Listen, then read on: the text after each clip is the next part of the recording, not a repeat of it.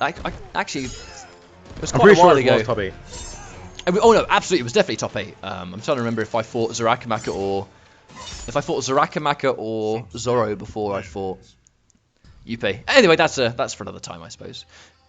What is ready now is this week's ESL MKXL Community Cup. There are 2 players left. We have Paria.xZoro, or Team Paria.xZoro, I should say. A very recent pickup for them. Very good to see him in these grand finals. And I think, even though these are community cups, it's definitely impressive to get a grand finals in one of these, because you sometimes have the likes of K-Top, H-Dope. We have players like Nausea. We have players like Derpy, Murko. There are some good players in these cups. Absolutely, they're still stacked, and about 80 people, 86 I believe, entered today, so it is an achievement, absolutely. Yeah, definitely. So he is going to be going in for the possessed Kenshi pick. This is going to be a matchup he's ready for. I think there is so much gameplay of Murko out there in these cups. There's a lot of data, and especially seeing Murko face off against a Kenshi before, there's a lot of knowledge you can take in there, but ultimately, it's going to come down to how he plays in this best-of-5 set. And immediately, Murko with the patience, but getting tagged by the NJP. Doesn't even matter that he lost first hit right there. That's a very respectable amount of damage immediately. Now, one thing we have seen Murko do is teleport on reaction to another teleport, so there is definitely some matchup knowledge, but not blocking, actually. Zoro looking incredibly strong. Connects, and wow! Machine gun round number 1. Murko, though, sitting on 3 bars of meter. You were talking about the teleport reaction on Kenshi's, and I'm still yet to see it. Like, I'm looking for it, but maybe I have no doubt. Have to adjust. I have no doubt that we'll see it at some point. Absolutely. Now, this is where it's going to be quite dangerous, actually. Zoro only just built 1 bar, but in this case, I don't think he should spend it. Yeah, challenging it with the forward 3. Yeah, nice challenge. That's going to catch a button press. I think actually a really good coup from Murko. And just like that, Murko. No bar as well. A flawless victory and retaining 3 bars of meter. That's a great way to answer back. Oh, neutral jump punch though. Unfortunate. Yeah, that's a bit of a lag spike. Very unfortunate for Zoro. Gets hit behind him. All right. This is now another game because he has no bar anymore. I actually think it would have been better if he could have gone for maybe another combo to get that breaker out of Murko. He had to end it in push right as Murko got the stamina back to break it. So it's actually very beneficial that Murko kept it. The low's going to be good. Stuff. The reset. Wait, this is a grab away from winning it. Yeah, the mix-up could connect right here. That's not going to kill. But actually, hang on a minute. Meter burn fire. Yes. Yeah. Just about to say that meter burn fire might be sufficient to take that, and it is indeed. I actually think ultimately that whole thing came down to the fact that Zoro got a good read. He got a really good read on that teleport, and when he tried to punish it with 1-1-1 push, Murko actually tried to break. He just didn't have the stamina. By the time he actually built the stamina to break, the push had already connected and the combo was over. And it was because Murko had that extra meter. He was able to meter burn teleport and seal the deal right there. That's exactly why I said. Yeah, go ahead. Oh, carry on. 2-speed delay. Oh, it's a blessing and a curse, I think. Well, I was saying I think that's just what it came down to. Yeah. So, like I said, the reason I said this is another game now because Murko was still having those 2 bars and Zoro had none. So that scary reversal was not a problem anymore, and we saw him just mop. He was like relentless pressuring him. And he took it from there. So let's see what the answer for that pressure is. If he has no bar. Well, I think Zoro, now that's a very important first hit. And I think as long as he's on block, I love how efficiently he's mixing up the overhead low in conjunction with the teleport. Because it's keeping Murko not quite sure what option he's going to do on block. You know, so the second he sees the teleport, he's probably sometimes so convinced that an overhead or low special was coming, he's not ready. But that time, he was ready for sure. Now that's disgusting. An anti-air on his teleport with a standing 1, that's not easy. That is not easy, ladies and gentlemen.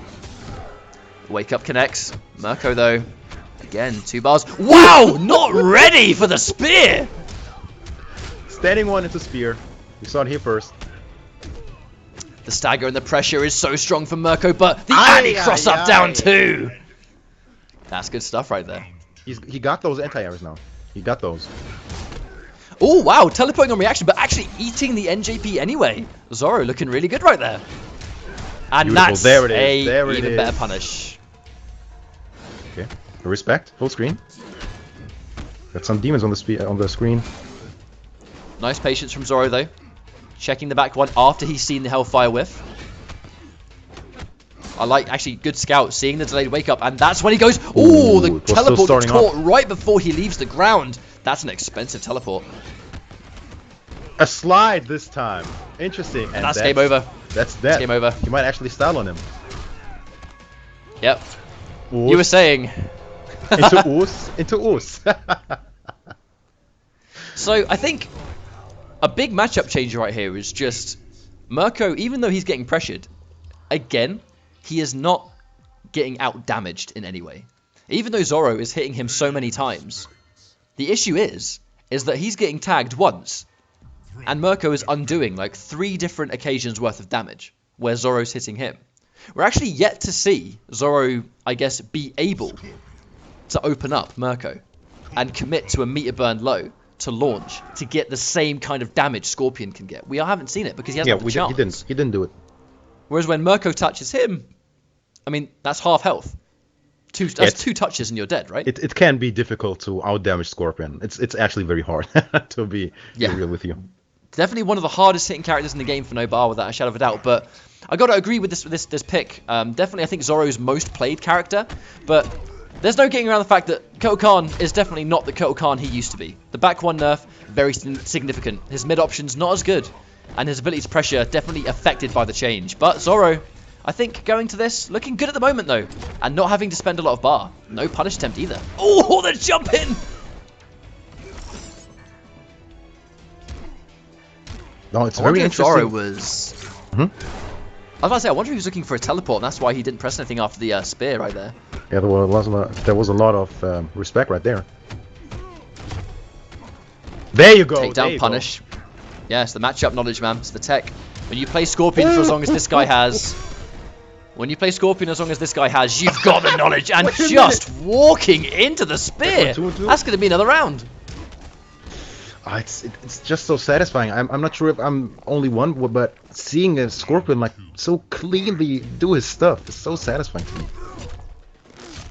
I think Hellfire is definitely like top 3 characters to watch when it comes to fun. This character is so fun to watch. The max range forward one. Murko tried to challenge, but pays the price. Massive whiff, punish. Ooh, trying to punish for standing 3. Murko does know a thing or two about this matchup, I think. Doesn't quite get the cancel this time. Good block, and there's the takedown. Guaranteed. I think guaranteed 11%. Yeah. Just take it. I think Murko's completely... It's almost like a trade-off, right? If you get a meterless 50-50 as War God, you get the same kind of damage. But this actually could be the tournament. Has to break. Yep. Okay. Yeah, 1 touch, I think. 1 touch at this point. 1 touch at this point is going to take that round. It's just 1 teleport, realistically. Another punish. Yep. And that's game. Already, wait. You had 2 bars. You could have done more stuff. Well, uncharacteristically, Murko's going to keep things simple this week. Yeah. And he's going to end it early. Very, very, I think, breezingly taking this tournament. I think I agree with the War God pick for sure. But to be honest, I think Murko just did a really, really good job of scouting when he was going to go for overhead or low sword. And every single time, that did not go unpunished. You see so often. It's so often you see Kotal Kahn players get away with that without it being punished, because it is very hard to punish. It's not the easiest thing in the world to deal with. Absolutely not. But if you've got a guaranteed, when it comes to the reversal system of this game, and how if you're doing the reversal and buffering it, you'll get it on the first frame, a takedown that punishes both the low and overhead, that is going to be a very, very important tool for a matchup like this. That's why I was like looking for it, and I was pretty quietly, because if you don't know the matchup, he could still do stuff pre-patch. Like he could have played pre-patch Kotal Kahn, just mixing and mixing and mixing. And if you don't know that the character has gaps and you can option select them basically, or that his overhead sword, for example, is punishable. I saw Murko try to punish it with a 4-3 or a standing 3, didn't work, so he went from that point only with the easy reversal with the guaranteed 11%, which was very smart. Yeah, it still worked really well. I know that when Kotal Kahn has you in the corner, that standing 3 is a much more attractive punish because there's less pushback on those options. But I do like the fact that Murko went, you know what, even if I can't get a full combo, I think if I can get the slide takedown, bear in mind, slide's got a lot of hit frames now, right? Because they changed it ages ago. So even though you're not getting, even though you're not getting a ton of damage for a punish, you're getting the setup. And the setup is how Murko kills people in this game. Yeah, from that point on, it's a grab, it's a forward 2, it's a forward 4, it's a back 3. A lot of stuff to be afraid of. So yeah, just take the slide. You plus after it, so let's go. Well, major congratulations to Murko. I know he actually, again, I say uncharacteristically a lot because we haven't seen it much. Murko actually didn't make top 4 last week. He lost to Anguilla. So, although he entered a tournament, that was the first time he did not make top 4. But I think rectifying that this week, his competition were in the bracket. But Murko, once again, reigning supreme. We can't forget Zoro really coming in this week and playing well, but Murko is just looking incredibly dangerous at the moment. Very hard to beat. And I think that's the reason he is the most dominant player in these cups right now. I'd like to see someone really take it to him one week. I definitely think it's possible. It is possible, like you said. He has lost last week. You just gotta step up and, yeah, end him. Your mission, go ahead and end his reign. I think it's possible, and I think we'll see it one week. But it was not this week. This week, Murko takes the crown once again. So huge congratulations to Supreme him. champion. So, guys, I believe that is the end of this week's Mortal